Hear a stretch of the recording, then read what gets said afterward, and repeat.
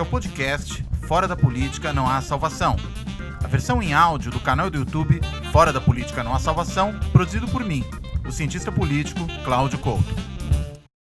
Olá, hoje é dia 14 de maio de 2020 e pela manhã muitos foram surpreendidos, eu inclusive, com um artigo do vice-presidente da República, o general Mourão, tratando do que ele chama, no título do artigo, de limites e responsabilidades. É uma coisa curiosa, né? Porque tudo que nós temos visto é que ele integra um governo que não tem nem limites, nem responsabilidades, né? Muito pelo contrário, ele está o tempo inteiro ultrapassando os limites que existem, os limites constitucionais, e não dá conta das responsabilidades que tem, dentre elas, por exemplo, a responsabilidade de cuidar da saúde dos brasileiros. Então, é uma coisa, no mínimo, curiosa que o general tenha se ocupado de escrever um artigo desse tipo. Mas ele foi um pouco mais longe, né? Ele disse que, na verdade, o Brasil vem enfrentando o problema de causar um grande mal a si mesmo, né? E o curioso é, da onde vem esse mal, né? Ele diz o seguinte, né, que é um estrago institucional e que agora atingiu as raias da insensatez. Quem lê o artigo até essa parte não tem muito como discordar do general Mourão, sobretudo quando observa o comportamento do presidente da República. Agora, onde ele identifica essas falhas? Ele identifica em 4 pontos. O primeiro é o que ele chama de uma polarização que tomou conta da nossa sociedade. Ora, polarização, eu já falei disso em outras ocasiões e acho que vale a pena retomar aqui. Polarização é um elemento normal da política. Política na democracia tem polarização. Esquerda, direita, governo, oposição, partido A versus partido B. Polarização não é o problema é a radicalização dessa polarização, é o extremismo quando ele vem acompanhado, a intolerância. Bem, e se há alguém no Brasil hoje que é responsável por polarizar o país de uma forma radicalizada, extremista, intolerante, é o presidente Jair Bolsonaro. Não só ele, né? Alguns dos seus ministros, Abraham Weintraub, né? O secretário de comunicação, Weingarten, enfim, há outros aí que também têm colaborado para esse rumo, para essa jornada da insensatez em que nós estamos mergulhados. Então, alguém do governo vir se queixar de polarização, né, dizendo que opiniões distintas, contrárias e favoráveis ao governo deveriam ser consideradas pela mídia, mas considerar o quê? A indicação da cloroquina, por exemplo? Ou que as pessoas saiam do isolamento social, como é a recomendação da OMS? Isso é noticiado, né? Agora, não dá para exigir que a imprensa leve essas posições a sério, né? Que ela considere que os ataques do presidente às instituições, os insultos que ele profere a jornalistas, o cala-boca, sejam considerados, por exemplo, um dos pontos de vista num debate. Não são. Isso é só insulto, isso é só ataque, né? O segundo ponto interessante que ele levanta nesse seu artigo é o que ele chama de uma degradação do conhecimento político por quem deveria usá-lo de maneira responsável. E quem que ele situa aí nessa situação? Governadores, magistrados, ou seja, juízes e legisladores, membros do Congresso Nacional. E o que ele alega? E aí vem a pérola do artigo, uma delas pelo menos, né? Ele diz o seguinte: o Brasil não é uma confederação, mas uma federação.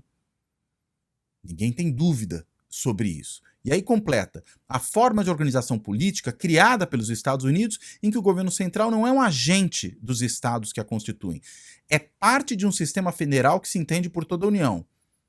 E inegável. Até aí, de novo, estamos de acordo. Agora, quando ele diz que o Brasil não é uma confederação, o que ele está querendo dizer é: os governadores não podem agir como estão agindo, tomando medidas à revelia daquilo que o presidente deseja. Só que aí, se ele acha isso, ele não sabe também o que é federação. E pior ainda, ele sabe menos ainda como funciona o modelo que ele toma como referência, que é o dos Estados Unidos, que são uma federação muito mais descentralizada do que a brasileira, em que os estados têm muito mais prerrogativas, têm muito mais amplitude de ação, inclusive produzem, por exemplo, legislação penal diferente, um estado em relação ao outro.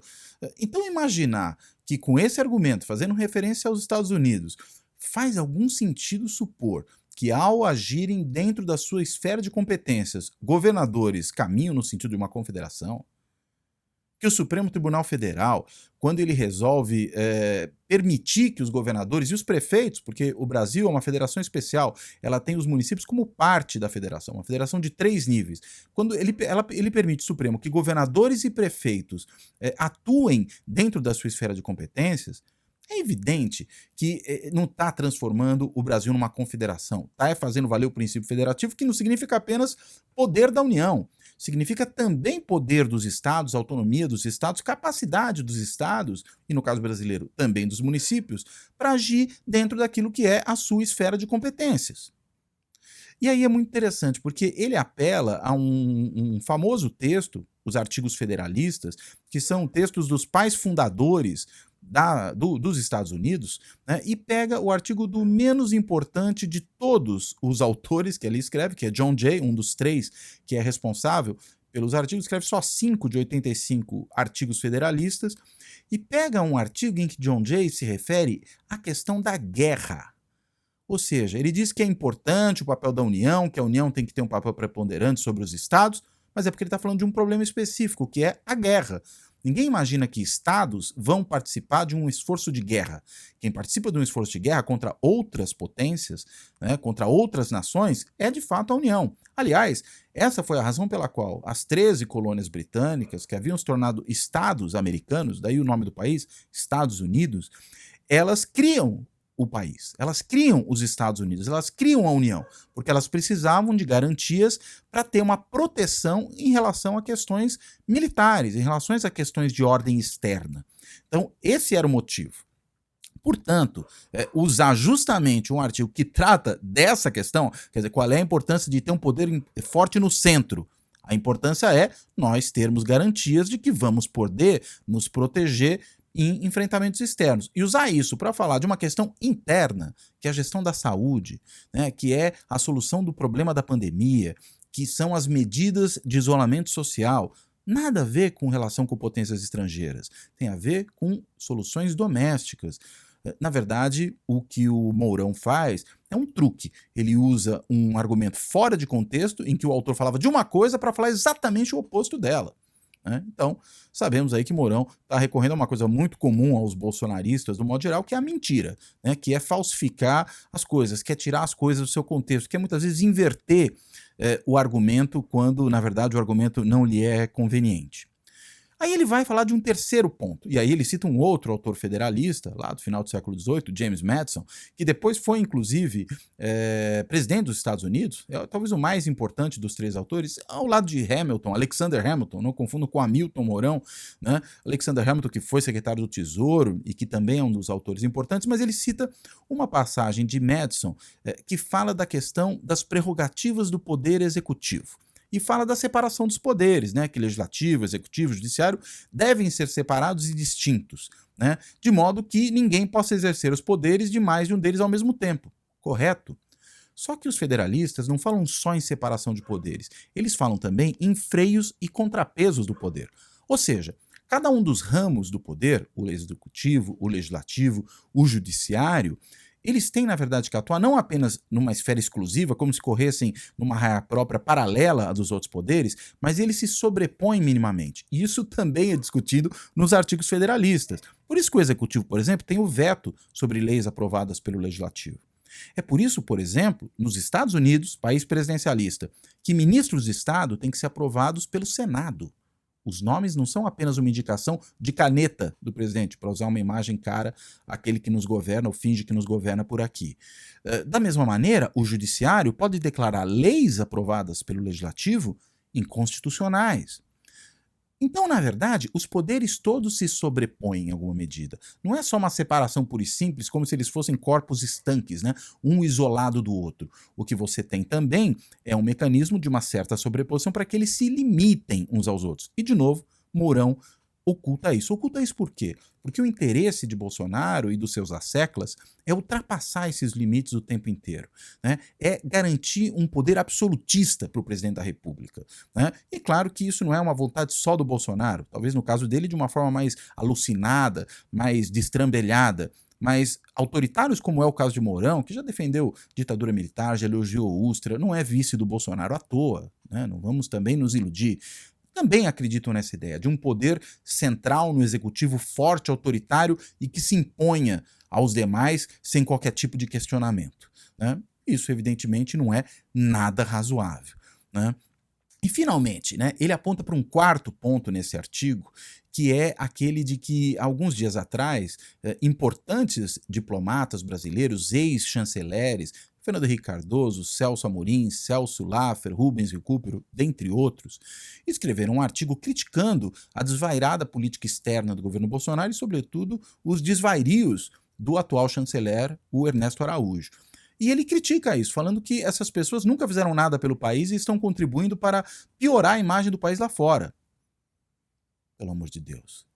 Nunca a imagem do Brasil foi tão ruim lá fora por causa do chefe dele, do seu cabeça de chapa, de Jair Bolsonaro, da sua loucura, aquele que é considerado um dos 4 governos avestruzes do mundo, esses que enfiam a cabeça no buraco para não ver o problema da pandemia, é um daqueles que é considerado, aliás, é considerado o pior gestor no mundo em relação à questão da pandemia, é percebido lá fora como alguém que cultua a morte, né, como alguém que, na verdade, não tem o menor apreço pela vida, né, pela ciência, pelo conhecimento, pelo contraditório, por nada.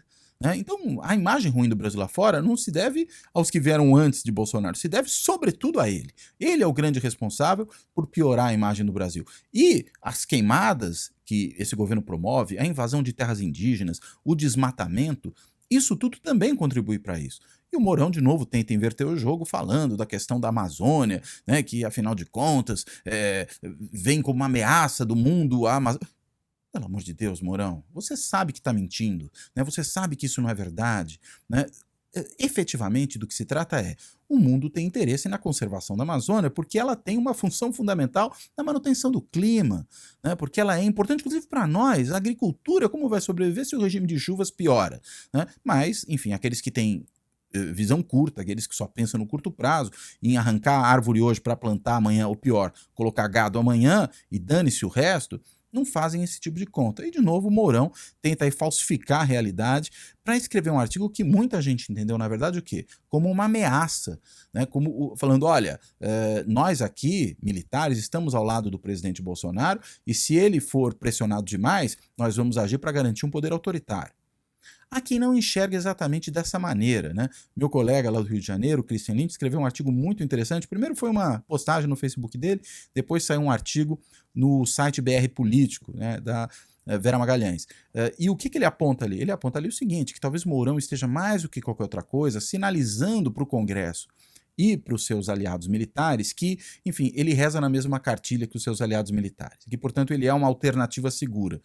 Para os militares eu até entendo, para o Congresso eu tenho lá minhas dúvidas, né? E o professor Avritzer, Leonardo Avritzer, meu amigo, professor lá da UFMG, cientista político notável também, o que ele disse foi, olha, o Mourão mostrou que tudo que ele não é um federalista. Ele talvez seja um positivista ao estilo lá dos velhos positivistas do final do século XIX, aqueles militares que participaram do golpe que criou a República, derrubando a monarquia, e que tiveram lá um papel tão pouco auspicioso no início da nossa República, por exemplo, com Floriano Peixoto, né, um governante sanguinário, um governante violento, autoritário, né, que inclusive também não tinha uma boa relação já naquela época com o Supremo Tribunal Federal.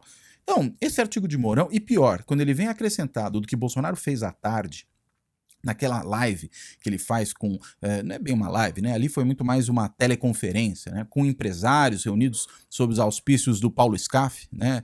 Esse dono da Fiesp, né? Que usa a Fiesp se autopromover.